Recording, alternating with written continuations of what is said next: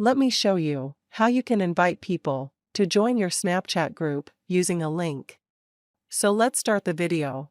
Once we open Snapchat in the phone, we need to come to the chat screen. Next, we need to tap and hold the Snapchat group, in which we need to change the name.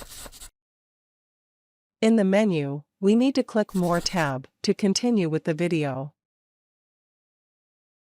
And, from this menu, we need to click Invite via Link tab, which will open this screen with Share option to all the popular social media apps. I will be inviting people from my WhatsApp to Snapchat. And next, we need to select the person we want to invite. And done. The person who we invited can click the link and connect with us through their Snapchat.